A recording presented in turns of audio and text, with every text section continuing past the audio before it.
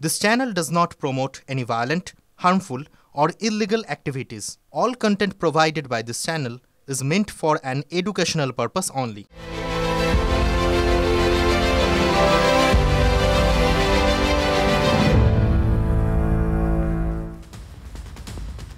নমস্কার বছরের দ্বিতীয় দিনে আপনাকে আরো একবার স্বাগত এবং হ্যাপি নিউ ইয়ার। ঠোটকাটা আবার ঠিক রাত ৮টায় আপনার কথা বলতে, ঠিক যেভাবে গত বছর ৩৬৫ দিন ঠোটকাটা আপনার সঙ্গে ছিল, আপনার হয়ে কথা বলেছে, এই বছরটাও তেমনই।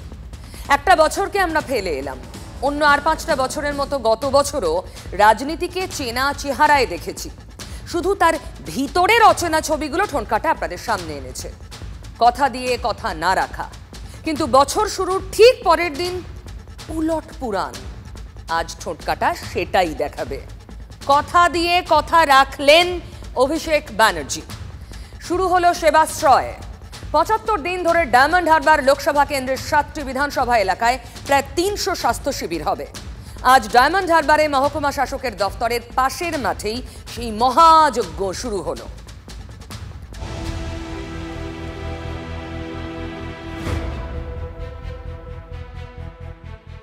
আমরা শুধুমাত্র নির্বাচনের সময় উড়ে এসে জুড়ে বসার মতো রাজনীতি করি না।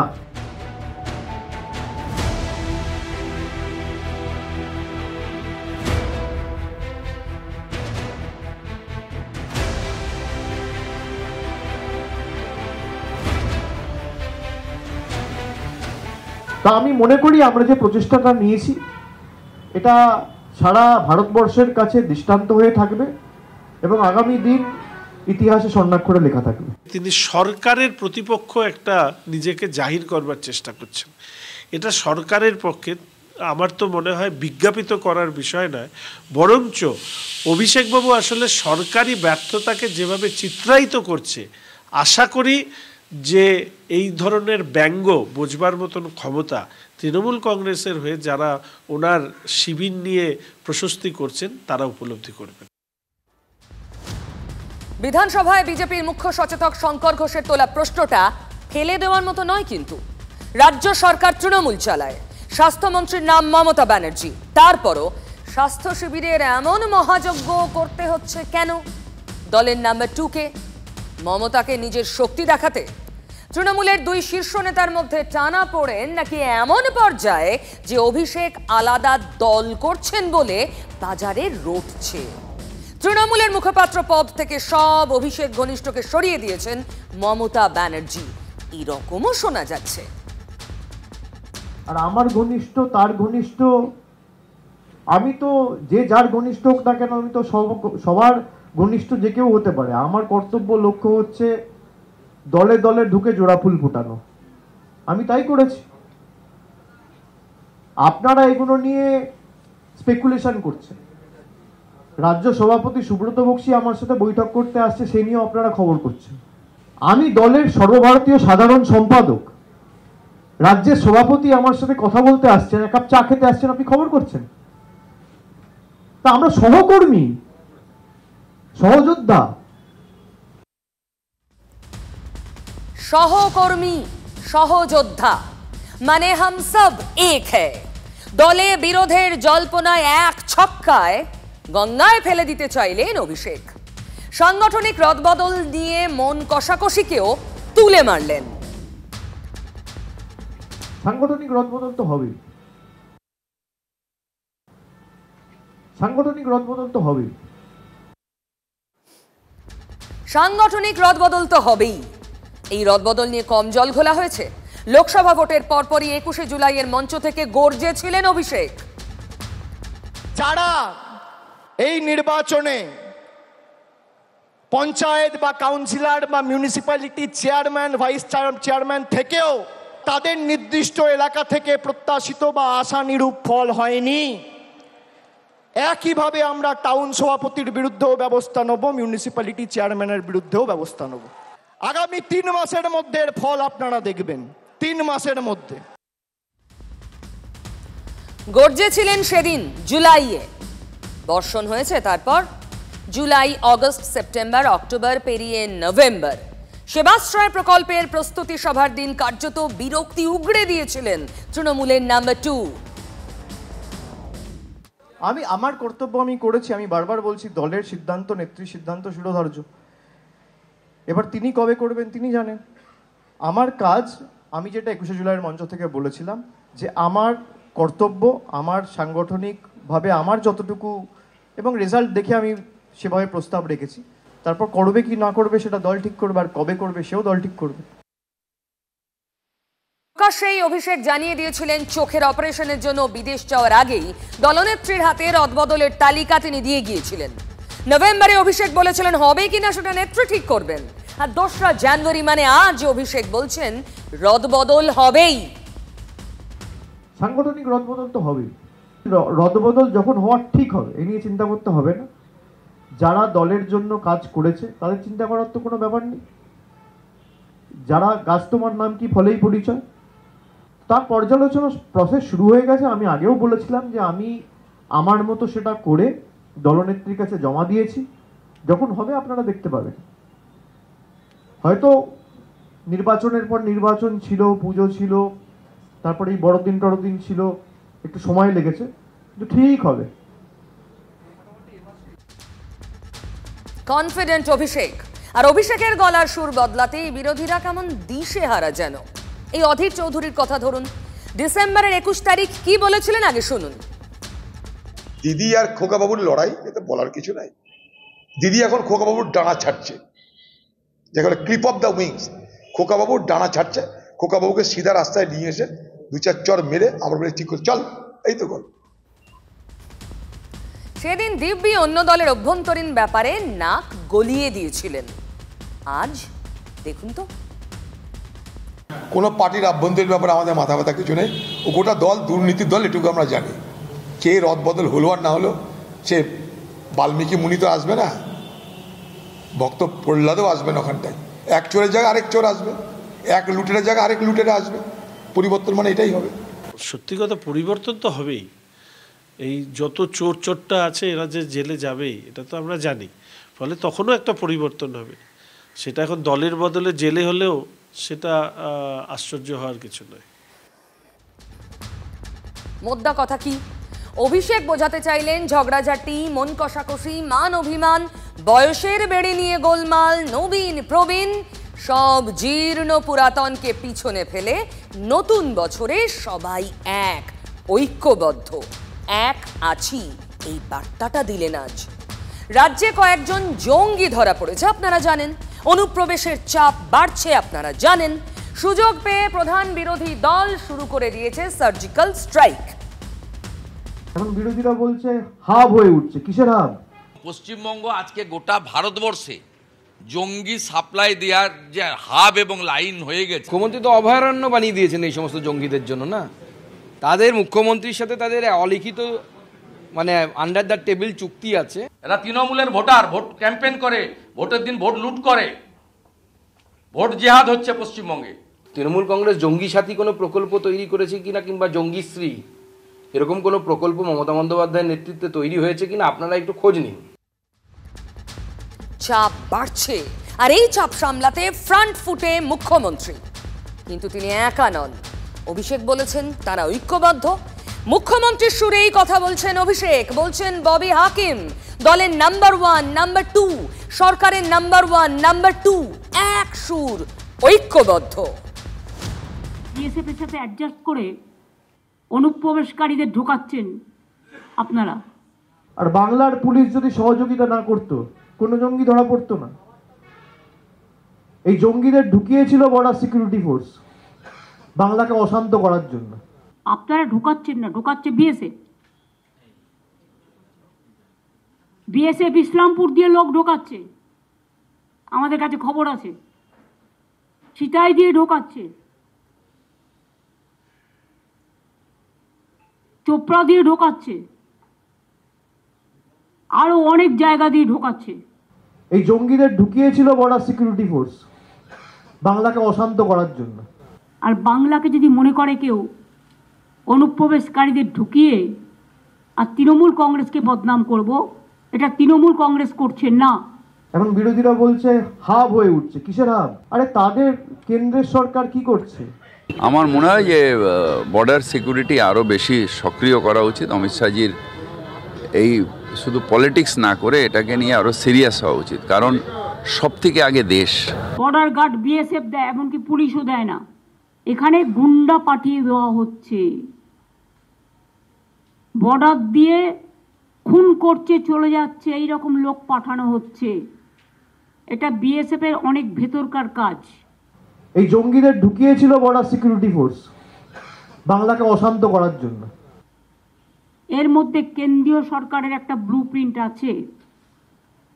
কেন্দ্রীয় সরকারের ব্লুপ্রিন্ট যদি না থাকতো এটা হতো না। এখন বিরোধীরা বলছে হাব হয়ে উঠছে। কিসের হাব? আরে তাদের কেন্দ্রের সরকার কি করছে? আমি বারবার কেন্দ্রীয় সরকারকে বলেছি যে যা করবেন আপনারা সেটাই আমাদের পথ, কিন্তু আমি যদি দেখি আমার রাজ্যকে ডিস্টার্ব করবার জন্য জঙ্গি হানাকে কেউ মদত দিচ্ছেন, সেক্ষেত্রে তো আমাদের প্রতিবাদ করতেই হবে। এই জঙ্গিদের ঢুকিয়েছিল বর্ডার সিকিউরিটি ফোর্স বাংলাকে অশান্ত করার জন্য। জঙ্গি ঢোকাচ্ছে বিএসএফ, অনুপ্রবেশকারী ঢোকাচ্ছে বিএসএফ। মারাত্মক অভিযোগ খোদ মুখ্যমন্ত্রীর। এক সুর তৃণমূলের নাম্বার 2, যিনি নিজেও এমপি, কিন্তু তাতে বিরোধীদের সুর চড়বে না, এটা হওয়ার নয়। আর বিএসএফ এর সাথে অ্যাডজাস্ট করে অনুপ্রবেশকারীদের ঢোকাচ্ছেন আপনারা। এফআইআর করছে না কেন? এফআইআর করছে না কেন? আপনারা ঢোকাচ্ছেন না, ঢোকাচ্ছে বিএসএফ। বিএসএফ কে শত্রু রেপিস্ট হিসেবে চিহ্নিত করেছে। বর্ডার দিয়ে খুন করছে, চলে যাচ্ছে, এই রকম লোক পাঠানো হচ্ছে। এটা বিএসএফ এর অনেক ভেতরকার কাজ। 600 কিলোমিটার জমি দেয়নি, 17টা চৌকি জমি দেয়নি, বিএসএফ কে কাজ করতে দেয় না। তৃণমূল কংগ্রেস বিজেপির বিরোধিতা করতে গিয়ে এরা দেশ বিরোধী রাজনৈতিক দলে পরিণত হয়েছে। এই জঙ্গিদের ঢুকিয়েছিল বর্ডার সিকিউরিটি ফোর্স বাংলাকে অশান্ত করার জন্য। अभिषेक जी बांग्लादेशियों पर राजनीति करें, पहले उनको माफी मांगनी चाहिए बंगाल से और पूरे देश से ममता बनर्जी को। जिस ढंग से रेड कारपेट बिछा करके बांग्लादेशियों को आने के लिए छूट दे दी। कुछ साल पहले, पिछले 1-1.5 साल पहले उन्होंने कहा कि मेरे रहते कोई बांग्लादेशी को निकाल नहीं सकता। বর্ডার দিয়ে খুন করছে, চলে যাচ্ছে, এই রকম লোক পাঠানো হচ্ছে। এটা বিএসএফ এর অনেক ভেতরকার কাজ। সেনাকে তোলাবাজ বলা, বিএসএফ কে ধর্ষক বলা, এটা চিরদিন বলে এসছেন। নিজের দোষ চাপা দেওয়ার জন্য, নিজের রাজনৈতিক স্বার্থকে বাঁচাবার জন্য কেন্দ্র সরকার বা কেন্দ্রীয় বাহিনীকে দোষ দেওয়াটা ওনার ফ্যাশন, সেটা নতুন কিছু না। এটা যদি উনি বলেন বিএসএফ ঢুকিয়েছেন, আমি বলবো তাহলে রাজ্যেরও তার মধ্যে ভূমিকা আছে, কারণ বর্ডার ম্যানেজমেন্টে রাজ্য এবং কেন্দ্র সরকারের প্রতিনিধিরা মিলে চালায়। আপনারা ঢোকাচ্ছেন না, ঢোকাচ্ছে বিএসএফ। আমি বিশ্বাস করি না তারা কেউ দেশবিরোধী কাজের জন্য বর্ডার খুলে দিয়ে জঙ্গিদের প্রবেশ করতে সাহায্য করবে। নিজেদের ব্যর্থতা ঢাকার জন্য বিএসএফ করে কোনো লাভ নেই, কারণ বাংলায় যে কোনো আইন শৃঙ্খলা নেই সেটা সব থেকে ভালো তৃণমূলের নেতারা জানে। বিরোধীরা তো বলবেন, কিন্তু তৃণমূলের 1 নম্বর এবং তৃণমূলের 2 নম্বর বোঝাতে চাইলেন বছর শুরুতেই সবে মিলে করি কাজ, একসঙ্গে একজোট হয়ে হারি জিতি নাহি লাজ, কোনো বিভেদ নেই, সব একজোট। আজ সাংবাদিকদের সামনে এই কথাটাই বারবার বোঝালেন অভিষেক ব্যানার্জি। আরো বোঝালেন দলে কোনো শিবির নেই। সত্যি ঠোঁট কাটা এর উত্তর চায়, সত্যি নেই। রোজ রোজ বিরোধীরা বলেই চলেছেন, খোঁচা দিচ্ছেন, দলে নাকি আড়াআড়ি ভাগ, কে কার ঘনিষ্ঠ, সেই অঙ্কেই নাকি সাপ লুডোর দানে তৃণমূলে ওঠা নামা। মানে মমতা ব্যানার্জি বনাম অভিষেক ব্যানার্জি।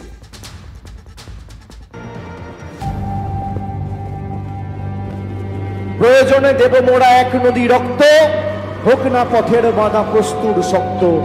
অবিরাম লড়াইয়ের চির সংঘর্ষে একদিন সে পাহাড় টলবেই, জনতার সংগ্রাম চলবেই।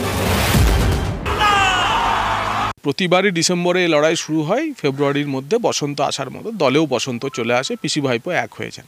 তাদের মধ্যে মুষল পর্ব শুরু হবেই হবে।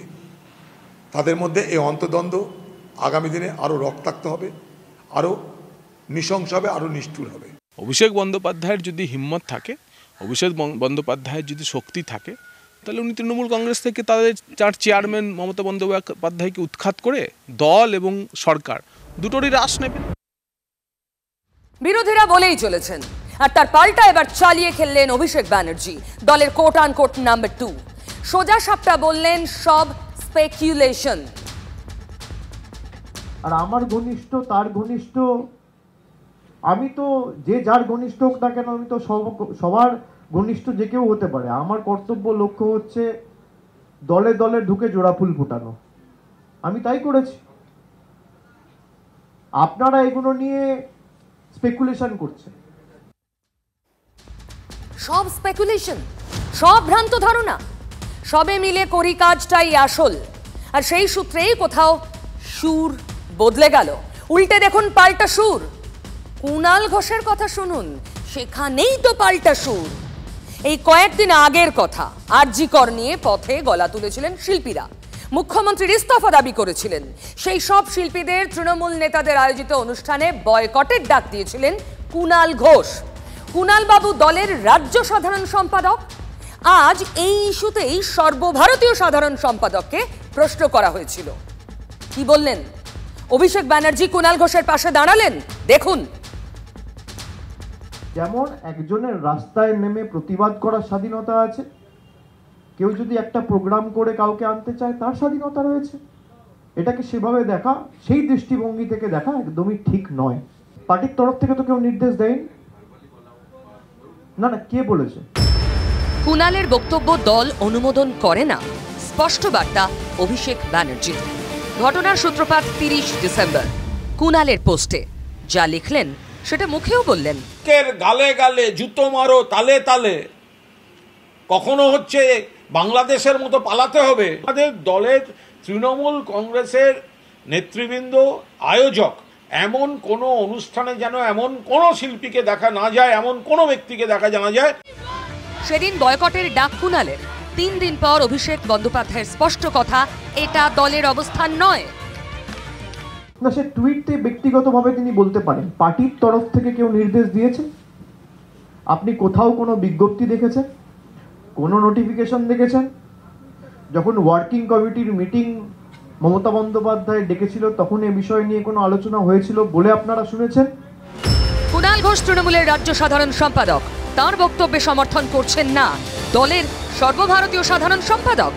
মনে হয় কোথাও ভুল বোঝাবুঝি হচ্ছে।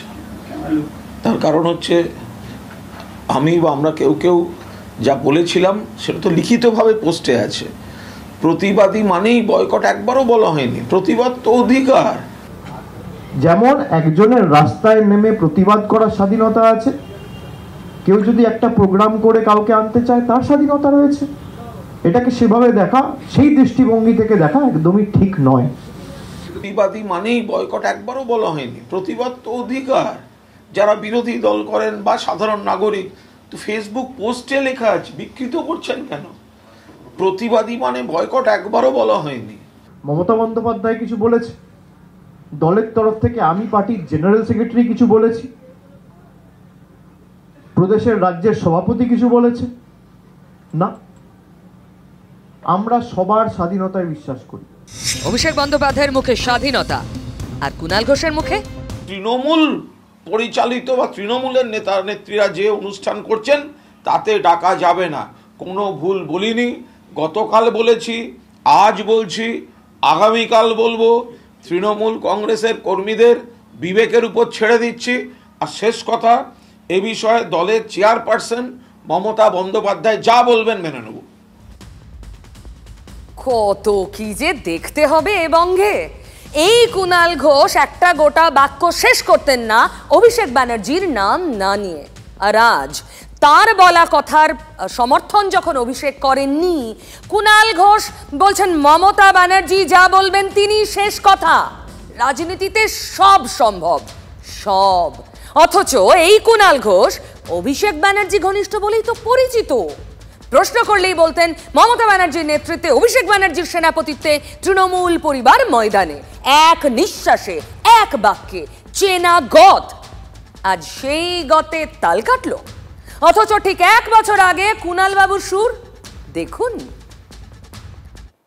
এই নির্বাচনে অভিষেক বন্দ্যোপাধ্যায় যদি লড়াই করে নিশ্চিতভাবে আমার ধারণা তিনি লড়াইয়ের ময়দান থেকে পিছিয়ে যাবেন না। অকারণ প্রবীণ নবীন এসব না তুলে মমতাদি মাথার উপর আছে, অভিষেককে তার পরের জায়গাটা সুস্থভাবে দলটা চালাতে দিন। সেই কুণাল বাবু বলছেন মমতা ব্যানার্জি যা বলবেন সেটাই শেষ কথা, সব হয় রাজনীতিতে, তাই না? এটাই তো রাজনীতির মজা। রাজনীতিতে সকালবেলায় উঠে কেউ বলতেই পারেন আমরা সবাই এক, অথচ হাতে গরম উদাহরণ দেখলেন তো, বিভেদ আছে, এক সুর নয়। আরও আছে উদাহরণ। 2011-এ রাজ্যে ক্ষমতার পরিবর্তন হয়, স্কুল এবং উচ্চশিক্ষা মন্ত্রী হয়েছিলেন ব্রাত্য বসু। 3 বছরের মাথায় ব্রাত্য বসু আউট, আর শিক্ষা দফতর গেল পার্থ চ্যাটার্জির কাছে। 2021 সালে ভাগ্য ফিরল, থুড়ি শিক্ষা ফিরল, মানে শিক্ষা দফতরে ফিরলেন ব্রাত্য বসু। আর সেই শিক্ষামন্ত্রী আজ ধমক খেলেন সকলের সামনে। কার? দেখুন। প্রাথমিক স্তরের সেমিস্টার ব্রাত্য পলিসি ডিসিশন এডুকেশনে যখন you are education minister, but please remember if there is a new policy decision, please consult us. দিদি আমি ওটা কাগজ আমিও দেখে পরশুদিন সেক্রেটারির সঙ্গে কথা বলে পরশুদিন রাতে চিফ সেক্রেটারির কাছে প্লেস করেছি। আপনি কনসেন্ট দিলে তবে নোটিফিকেশন হবে। কাগজ আগে বেরোলো কি করে? প্রেস কনফারেন্স করে। আমি কোনো কথা শুনতে চাই না, পাবলিক তো জেনে গেল আগে। যা মেসেজ যাওয়ার চলে গেছে, ওটা হবে না। ঠিক আছে দিদি। মুখ্যমন্ত্রীর চড়া সুর, ব্রাত্যবাবুর মুখ কঠিন হচ্ছিল। দেখুন, 27 ডিসেম্বর সাংবাদিক বৈঠক করলেন প্রাথমিক শিক্ষা পর্ষদ। ঘোষণা করা হলো 2025 থেকেই প্রাথমিকে চালু হবে সেমিস্টার। আজ সেই প্রসঙ্গই বৈঠকে তুললেন মুখ্যমন্ত্রী, আর সেখানেই সেমিস্টার চালুর সিদ্ধান্ত নিয়ে ব্রাত্য বসুকে শিক্ষামন্ত্রীকে ধমক দিলেন। আপনি কনসেন্ট দিলে তবে নোটিফিকেশন হবে। কাগজ আগে বেরোলো কি করে? প্রেস কনফারেন্স করে। আমি কোনো কথা শুনতে চাই না, পাবলিক তো জেনে গেল আগে। দুটো সেমিস্টারে ভাগ করছি, কিন্তু মূল বিষয় হলো যে এখানে শুধু সেমিস্টার আমরা চালু করছি না, এখানে আমরা যে সেমিস্টারের সাথে ক্রেডিট যোগ করছি। এটা তো আমাদের সরকারি কোনো নোটিফিকেশন হয়নি, পর্ষদ শিক্ষা দপ্তরের কাছে পাঠিয়েছিল। শিক্ষা দপ্তর যেহেতু এটা পলিসি সিদ্ধান্ত, এটা মাননীয় মুখ্যমন্ত্রীর কাছে পাঠায়, তো মাননীয় মুখ্যমন্ত্রী বলে দিয়েছেন। 4 জন অ্যাডভাইজার সিদ্ধান্ত নিয়ে বলে দিল, আর হয়ে গেল। বাচ্চাগুলোর আমি চাই ভার কমাতে, কাদের ব্যাগ কমাতে। এদের নাটক যাত্রা চলছে বা সার্কাস চলছে বলা ভালো, নাটক যাত্রা তো অনেক হাই কোয়ালিটির হয়, এ তো সার্কাস চলছে পুরো। ক্যাবিনেট মিনিস্টার হয়ে একটা সিদ্ধান্ত নিয়ে নিচ্ছেন তিনি, মুখ্যমন্ত্রী জানেন না। এটা নিয়ে চূড়ান্ত অনুমোদন দিচ্ছেন না আপাতত, তো আমাদের এরপর তার কোনো কথা থাকে না, তো এর ফলে সেটা এখন হবে না। তাহলে সেই মন্ত্রী কি ক্যাবিনেটে থাকার অধিকার আছে? আর ব্রাত্য বসুরও বলিহারি, একজন শিক্ষিত মানুষ হয়ে, একজন অধ্যাপক হয়ে, একজন মোহাম্মদ বিন তুগলকের সরকারে মন্ত্রী হয়ে বসে আছেন। মান সম্মান থাকলে এখনই ইস্তফা দিন, নিজের পথ ছেড়ে বেরিয়ে যান। ওদের যদি আমরা ভার বাড়িয়ে দিই, এমনিতেই পড়াশোনার ভার এখন খুব বেশি, ওইটুকু বাচ্চারা কথা বলতে পারে না, টুইঙ্কেল টুইঙ্কেল লিটল স্টার বলতে পারে না, তাদের পড়ানো হয়, শেখানো হয়, তো সেমিস্টার বলবে। আচ্ছা, অনুমোদনের জন্য গিয়েছিল, সেই অনুমোদন খারিজ করেছেন মুখ্যমন্ত্রী, বললেন শিক্ষামন্ত্রী। অনুমোদন পায়নি যে বিষয়, সেই নির্দেশ, সেই বার্তা স্কুলে স্কুলে গেল কি করে? তাল কাটলো না? ওই যে শুরুতেই বললাম, আজ অভিষেক ব্যানার্জি বছরের দ্বিতীয় দিন দেখাতে চাইলেন আমরা ঐক্যবদ্ধ, একজোট, কোনো বিভেদ নেই। সত্যি কি তাই? এক আছি বললেই কি এক আছি দেখানো যায়? পরতে পরতে বিভেদের ছবি কুণাল ঘোষ দেখলেন, ব্রাত্য বসু দেখলেন। এরপর আর কত মরিয়া হয়ে তৃণমূলকে দেখাতে হবে যে আমরা ঐক্যবদ্ধ। এবং মুখ্যমন্ত্রী যাকে ধমকালেন ব্রাত্য বসু, তিনিও কুণাল ঘোষের মতোই দলে অভিষেক ঘনিষ্ঠ হিসেবেই পরিচিত। রাজনীতির অঙ্ক কি কঠিন, তাই না?